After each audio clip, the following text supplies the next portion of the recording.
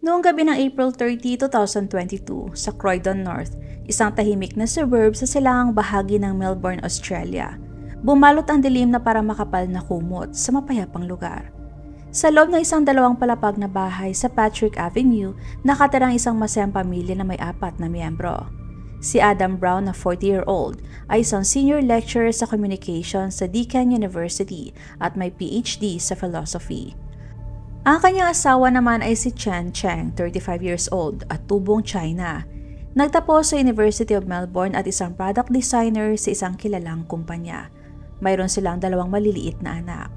Bandang alas 10 ng gabi biglang may malakas at nakakatindig balahibong sigaw na bumasag sa katahimikan na umalingaw-ngaw sa buong kapitbahayan.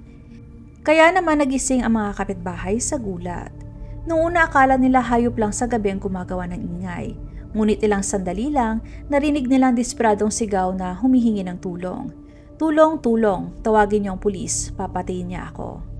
Agad na napagtanto ng lahat na may masamang nangyayari. May isang babaeng kapitbahay na matapos matukoy kung saan nanggaling ang sigaw ay mabilis na tumakbo papunta sa bahay ng mga Brown. Malakas niya na kinatok ang pinto habang nagsisigaw din ng tulong. Ngunit mula sa loob ang tanging maririnig ay ang desperadong sigaw ni Chen at wala nang iba pa. Sa likod ng nakakandadong pinto, rinig na rinig ang kanyang paghingal at pakikipagbuno at pilit na lumalaban. Tinangka niyang tumakas sa harap na pinto, ngunit nakakandado ito, kaya tumakbo siya patungo sa likod na bahagi ng bahay. Sa mga sandaling yon, dumating pang isa pang kapitbahay at sabay nilang sinubukang basagin ang pinto. Malakas na kumatok at sumisigaw, ngunit wala pa ring tugon mula sa loob. Maya-maya lang ay may narinig silang ingay mula sa likuran ng bahay. Iyon ay ang tinig ni Chen na humihingi na naman ng tulong. Ngunit sa mismong sandaling yon, biglang tumigil ang lahat ng tunog at ang katahimikan ay nakapanlalamig na nagpadama ng matinding takot sa lahat ng naroroon. Sa gitna ng tensyon, isang matapang na kapitbahay ang naglakas loob na basagin ang likod na pinto at ang kanilang nadatnan ay nakakakilabot. Bumagsak si Chen sa damuhan sa likod ng bahay. Basang-basa ng dugo ang kanyang katawan at agaw buhay na ang kanyang paghinga. Agad na tumawag ang mga kapitbahay sa mga pulis at ambulance, habang mabilis na iniligtas ang mga bata mula sa loob ng bahay at dinala sa ligtas na lugar. Ilang minuto lang lumipas, dumating na ang mga pulis at ang medical team sa lugar ng insidente. Mabilis na rumisponde ang mga paramedic upang subukang iligtas ang buhay ni Chen, ngunit sobrang lalim na ng kanyang mga sugat kaya't huli ng lahat. Sa kabila ng lahat ng pagsisikap, huminga siya na isang beses at doon na bumigay. Samantalang si Adam ay nakatayo lang, tila natulala at agad siyang inaresto ng mga pulis at dinala sa istasyon para tanungin. Mula sa simula ay giniit ni Adam na self-defense yon at aksidente raw ang pagkamatay ng kanyang misis. Ngunit dahil sa mga saksi na kapitbahay, nabasag ang kanyang kwento. Mula sa nakakapanindig balahibong sigaw ni Chen hanggang sa kanyang pagsusumikap na makatakas, ngunit siya'y nabigo. At ang lahat ng ebidensya ay nagpapakita ng nakakatakot na mga sandaling dinanas niya bago siya namatay. Ang nakalak na pinto na sinadya ni Adam na ikandado ang naging hadlang at pumigil sa sinumang makapagligtas kay Chen at iyon ang nagdulot ng trahedya. Sumabog ang balitang ito na parang bomba. Winasak ang katahimikan ng komunidad at nag-iwan ng napakaraming tanong tungkol sa pamilyang tila masaya sa paningin ng lahat. Kaya ano nga bang nangyari sa pagitan ng mag-asawa? Bakit ang isang kagalang-galang na professor sa university ay nakagawa ng ganong kalupit na krimen laban sa sarili niyang asawa? Kung babalikan ng mga taon, si Chen Cheng ay ipinanganak noong 1987 sa Nanchang, Jiangxi, China. Mula pa noong bata siya, ipinakita na niya ang talino. Dahil sa kanyang pagsisikap at matinding pagnanais na matuto, nakapasok siya sa isang kilalang university sa China. Pagkatapos niyang magtapos, dala ang mga pangarap para sa kinabukasan at walang sawang paghahangad ng karagdagang karunungan. Nagpunta siya sa Australia upang ipagpatuloy ang pag-aaral sa University of Melbourne. Doon hindi lang siya naging mahusay sa kanyang propesyon, kundi aktibo din siya sa pakikilahok sa mga academic work at mga social gathering. Unti-unti ay natutunan niya na makibagay at mamuhay ng maayos sa bagong bansang kanyang pinili. Si Adam naman ay pinanganak noong 1982 sa Australia. Tulad ni Chen, pinili rin ni Adam ang landas ng akademya. Palaging naghahangad ng mas malalim na kaalaman hanggang sa makamit niya ang kanyang PhD sa philosophy. Noon ay naging kahanga-hanga ang naging takbo ng kanyang karera. Siya ay naging senior lecturer sa Deakin University na nagsasaliksik tungkol sa digital culture at ang pag-unlad ng social media. Sa paningin ng kanyang mga estudyante, si Adam ay isang natatanging guro. Ang kakaibang paraan niya sa pagtuturo na may halong katatawanan niyang estilo ng pagpapaliwanag at ang makabuluhang nilalaman ng kanyang mga lecture ang dahilan kung bakit masigla at kapanapanabik ang kanyang mga klase. Bukod sa kanyang malalim na kaalaman sa subject, mahusay din si Adam sa paggamit ng mga digital at multimedia tools sa pagtuturo, na tumutulong sa mga estudyante na mas madaling matuto. Dahil sa mga kadahilanang ito, minahal siya ng maraming estudyante at itinuring bilang huwaran ng makabagong guro. Isang seminar sa akademya naging simula ng pagkakaugnay ng tadhana ni Chen at Adam. Noon si Chen bilang isang kinatawan ng mga natatanging mag-aaral mula sa University of Melbourne ay inimbitahan na dumalo sa isang seminar na inorganisa ng Deakin University kung saan si Adam ang keynote speaker. Sa talakayan na humaling si Chen sa malalim ngunit madaling maintindihan na paliwanag ni Adam.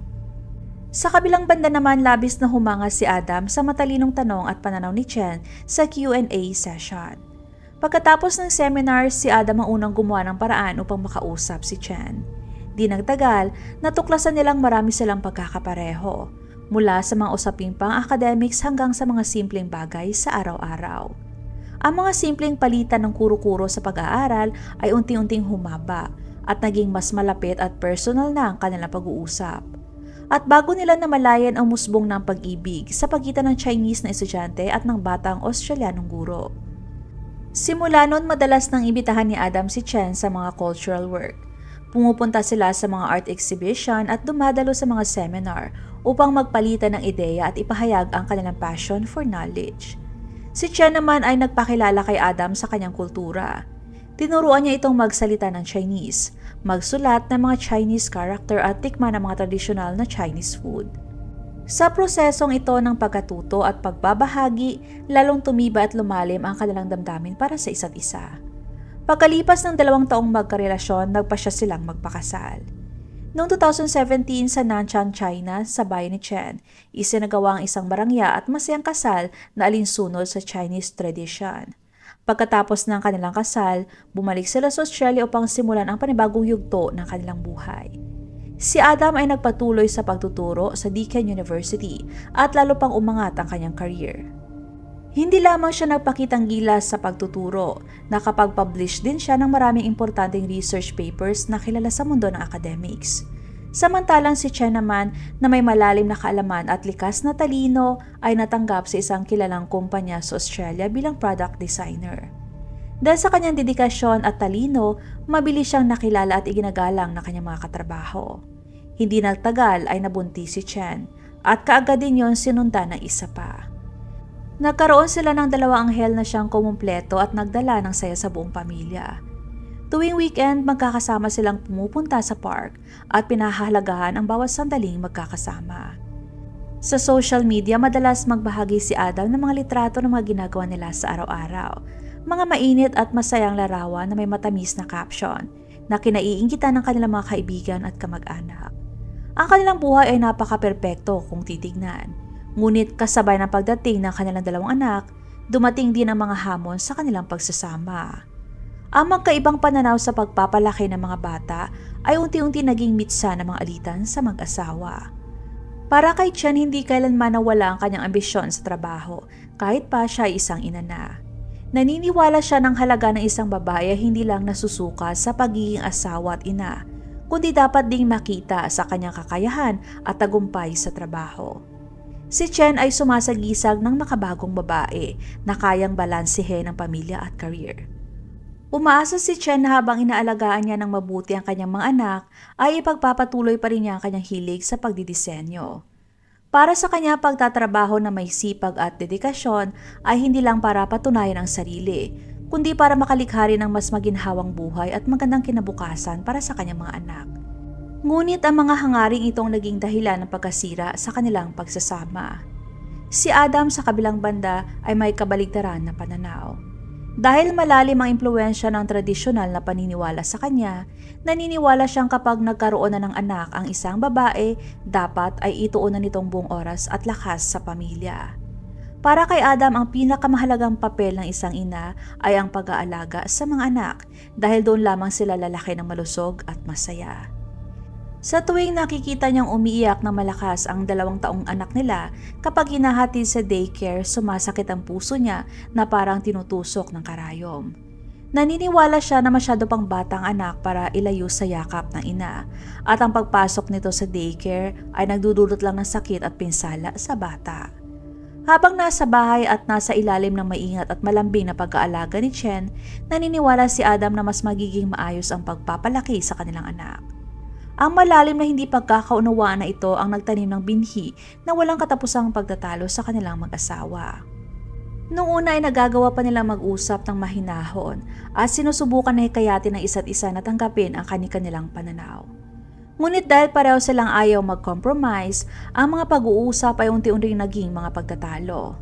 Isang araw dahil kailangan ni Chen na tapusin ang isang mahalagang proyekto, nagtrabaho siya ng hanggang gabi sa opisina.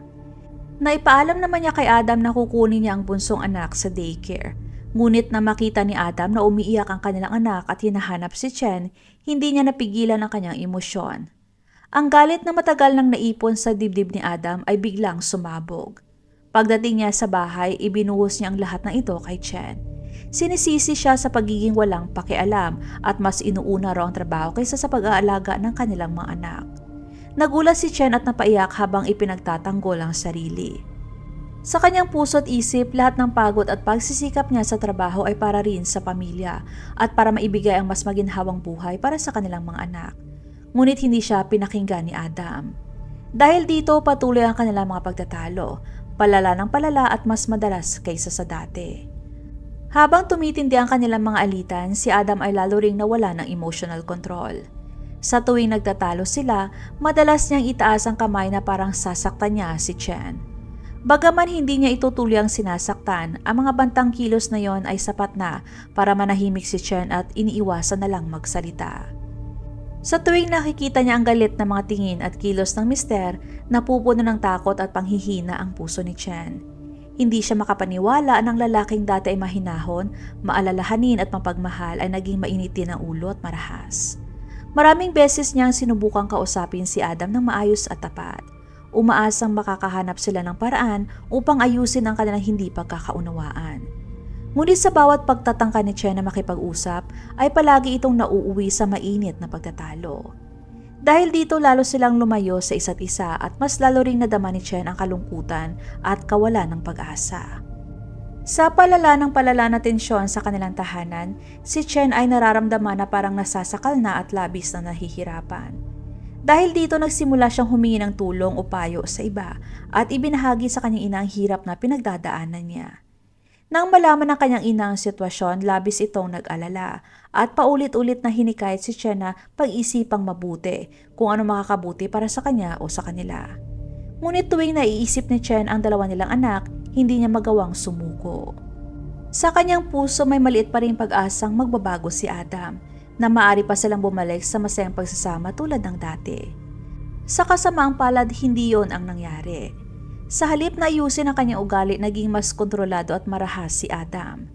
Sinimulan niyang higpitan ang kilos ng kanyang asawa at sinusubukan hadlangan si Chen sa mga normal na gawain sa labas. Para kay Adam, ang isang babae ay dapat lang na maglaan ng oras sa pamilya, walang puwang para sa trabaho o pakikisalamuha sa iba. Sobra nang naguguluhan at apektado si Chen. Para siyang maliit na ibong nakakulong sa hawla na sabik sa kalayaan, ngunit walang paraan para makatakas. Ngunit hindi na malaya ni Adam o ni Chen na umabot na sa punto na hindi na talaga maayos ang kanilang alitan. Alitan na nauwi sa matinding karahasan. Noong September 13, 2022, ang Korte Suprema ng Victoria, Australia ay opisyal na nagbukas ng paglilitis para sa kasong yumanig sa publiko. Sa harap ng mga kamera at mga saksi, lumitaw si Adam na nakasuot ng uniforme ng bilanggo, maputla, payat at halatang pagod ang mga mata. Ang kanyang hitsura ay malayong-malayo sa masigla at palabirong professor na minsang hinangaan ng mga estudyante sa Deakin University. Sa unang yugto ng paglilitis, sinubukan ni Adam na ipagtanggol ang sarili at iginiit na ginawa niya yon para lamang ipagtanggol ang sarili. Ipinahayag ni Adam na si Chen daw ang unang umatake sa kanya gamit ang isang kutsilyo. Ayon sa kanya, nagkaroon sila ng pagtatalo at sagupaan at sa gitna ng kaguluhan, di niya sinasadyang mapatay ang kanyang asawa. Ngunit nang iharap na ng mga taga-usig ang malinaw na ebidensya kasama ang mga patotoo ng mga saksi, agad na gumuho ang kanyang depensa. Sa huli, sa harap ng mga di maitagong katibayan, nanghina si Adam. Napaluha at umamin sabay sabi na, "Your Honor, ako po ay nagkasala." Sa paglilitis, sinikap ng defense lawyer na mapababa ang parusa ni Adam. Ipinasa nila sa korte ang mga dokumentong nagpapatunay na wala siyang criminal record at siya isang iginagalang na professor sa Deakin University. Ipinunto rin ng abogado na si Adam ay may adjustment disorder at depression, habang sabay-sabay na humaharap sa maraming bigat sa buhay, kabilang na ang pag-aalaga sa kanilang maliliit na anak at ang matinding lungkot sa pagkamatay ng kanyang kapatid. Ayon sa kanila, ang lahat ng ito ay nag-ipon ng matinding stress sa kanyang isipan na siya nagdulot ng pagkawala ng emotional control at humantong sa malagim na trahedya. Gayunman ay mabilis na pinabulaan na ng mga ebidensya nang ipinakita sa korte ang mga argumentong ito. Ang mga larawan, saksi at testimonya ng mga kapitbahay na nagpapatunay na ang trahedya ay hindi bunga ng isang biglaang pag-aaway, kundi resulta ng matagal ng pattern ng domestic violence. Sa harap ng hindi maikakailang katotohanan, unti-unting gumuho sa mismong korte ang depensa na itinayo mismo para kay Adam. Sa argumento ng taga-usig, muling binuo ng abogado ang buong pangyayari nung gabing yon ng trahedya. Ipinunto niya na sa oras ng insidente, maraming kapitbahay ang malinaw na nakarinig sa sigaw ni Chen mula sa loob ng bahay, na humihingi ng tulong para sa kanyang buhay at nagmamakaawa kay Adam para tumigil na ito sa ginagawa. Ang mga sigaw na yon ng takot at paghingi ng tulong ay umalingaw-ngaw sa dilim bago tuluyang nauwi sa marahas na pakikibagbuno na umabot mula sa loob ng bahay hanggang sa likuran. At doon na bumagsak si Chen. Ang resulta ng forensic evidence ay lubos na ikinagulat ng buong korte. Natuklasan ang katawan ng biktima ay may kabuang 11 saksak, kabilang ang 3 malalalim na tama sa leeg at dibdib. Ipinakita ng mga sugat na ito ang tuloy-tuloy at malupit na pananakit na malayong-malayo sa anumang maaring ituring na pagtatanggol sa sarili. Samantalang si Adam ay nagkaroon lamang ng mga mababaw at hindi seryosong sugat na halos walang halaga kung ihahambing sa kalagayan ni Chen. Ang malinaw na pagkakaibang ito ay nagpapakita kung sino ang tunay na umatake at sino ang biktima. Bukod pa rito, natagpuan ng mga pulis ang 2 kutsilyo sa pinangyarihan ng krimen na pareho ring may bakas ng DNA ni Chen. Pinagtibay nito ang hindi maitagong ebidensya na si Adam ang malupit na pumatay sa kanyang asawa. Dagdag pa rito ay nagsumite rin ng pahayag ng epekto ng krimen ng ina ni Chen na si Liu Min sa pamamagitan ng video conference. Sa kanyang umiiyak na salaysay, ikinuwento niya kung paano niya mismo nasaksihan ang malupit na pagtrato ni Adam sa kanyang anak. Bago mangyari ang insidente dahil sa pag-aalala, madalas na tinatawagan ni Liu Min si Chen sa video call para kamustahin ang anak. Ngunit matapos ang malagim na pangyayari, binalot siya ng matinding dalamhati at takot na hindi niya malilimutan. Sinabi niya na tuwing gabi parang naririnig pa rin niya sa kanyang pandinig ang nakakakilabot na sigaw ng tulong ng kanyang anak. Dahil sa mga salitang yon, tumahimik ang buong korte, nababalot ng mabigat na kalungkutan. Sa kanyang hatol, si Judge John Smallwood ay nagbigay ng malinaw na pagsusuri sa mga mahalagang punto ng kaso. Ayon sa kanya, ang adjustment disorder o depression ay hindi kailanman maaring maging dahilan upang gumawa ng marahas na krimen. Hindi lahat ng may adjustment disorder ay kukuha ng kutsilyo at papatay ng tao. Lalong mas binigyang diin ng hukom na nung gabing nangyari ang trahedya, maraming beses na maaring tumigil si Adam, ngunit pinili niyang ipagpatuloy ang pag-atake. Ganap ding tinanggihan ng hukom ang depensa ng self-defense na ipinakita ng panig ni Adam. At binagyang diin ang mga sugat sa kamay ni Chen bilang patunay na siya ay nagtangkang ipagtanggol ang sarili, pati na rin ang malaki nilang agwat sa laki at lakas ng katawan, at ang katotohanang mababaw lamang ang mga galos ni Adam. Ang lahat ng ito ay malinaw na nagpapatunay na si Chen ay nanlaban ng buong lakas upang iligtas ang kanyang buhay at hindi siyang unang umatake gaya ng sinabi ni Adam. Pagkatapos suriin ang lahat ng ebidensya at mga testimonya, ibinabana ng korte ang hatol. Si Adam ay nahatulan ng 24 years na pagkakakulong dahil sa pagpatay nang walang posibilidad ng parole sa loob ng 17 years. Sa pag-anunsyo ng sentensya, binigyang diin ng hukom na sa ginawa ni Adam ay hindi lang niya kinitil ang buhay ni Chen, kundi iniwan din ng malalim na sugat ang dalawang anak na hindi kailanman maghihilom. Nawala na sa kanila ang kanilang ina magpakailanman habang ang kanilang ama naman ay magbabayad sa ginawa nito sa likod ng rehas, isang bangungot na habang buhay nang tatatak sa kanilang mga puso at isipan. Idinagdag din ng hukom na kung hindi man umamin si Adam ng maaga batay sa sobrang kalupitan ng krimen, ang pinakamataas na parusa na maaari niyang matanggap ay 29 years na pagkakakulong. Kaya't ang 24 years na hatol ay ibinaba na may konsiderasyon sa kanyang maagang pag-amin. Ngunit sapat pa rin upang ipakita ang bigat ng batas laban sa ganitong kalupit at karumbal-dumbal na krimen. Ang paglilitis na ito kasama ang mga katotohanang nabunyag at ang malinaw na hatol ay nagpadala ng malakas na mensahe. Hindi kailanman palalampasin ng batas ang karahasan sa loob ng tahanan. Isa rin itong paalala sa lahat na anumang taas ng pinag-aralan o ganda ng reputasyon ng isang tao, kapag hindi niya nakontrol ang kanyang emosyon, maaari siyang mabagsak sa landas ng kalupitan at krimen at kailangan na pagbayaran yon sa pinakamabigat na parusa. Ang trahedyang ito ay nagdulot ng matinding pagkabigla sa publiko at nagpasimula ng maraming diskusyon. May ilan na malungkot na nagsasabi na ang mga international marriage ay madalas nahaharap sa malaking pagkakaiba sa kultura, kaya mahirap makamit ang tunay na pagkakaunawaan at pagkakasundo. Ngunit mahalagang maunawaan ng lahat ng kasong ito ay natatangi at hindi maaring maging batayan o kinatawan ng lahat ng ganitong uri na pag-aasawa. Ang krimeng ginawa ni Adam ay hindi dulot ng pagkakaiba ng kultura, kundi bunga ng maling pananaw, kakaibang ugali at mga naipong problema sa buhay.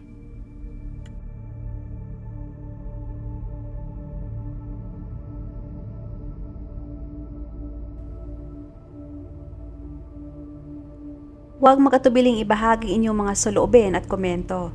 And please huwag kalimutang mag-like and subscribe sa aking channel kung hindi mo pa nagagawa. Magkita-kita tayo ulit sa aking susunod na video. Maraming salamat!